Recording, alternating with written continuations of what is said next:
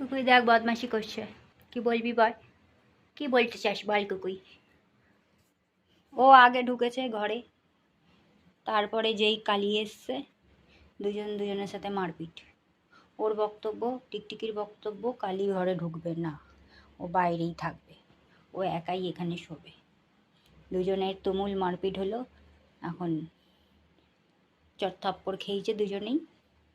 শুয়ে পড় কালি, শুয়ে পড়, শুয়ে পড় কালি, শুয়ে পড়। কী বলবি কুকুই?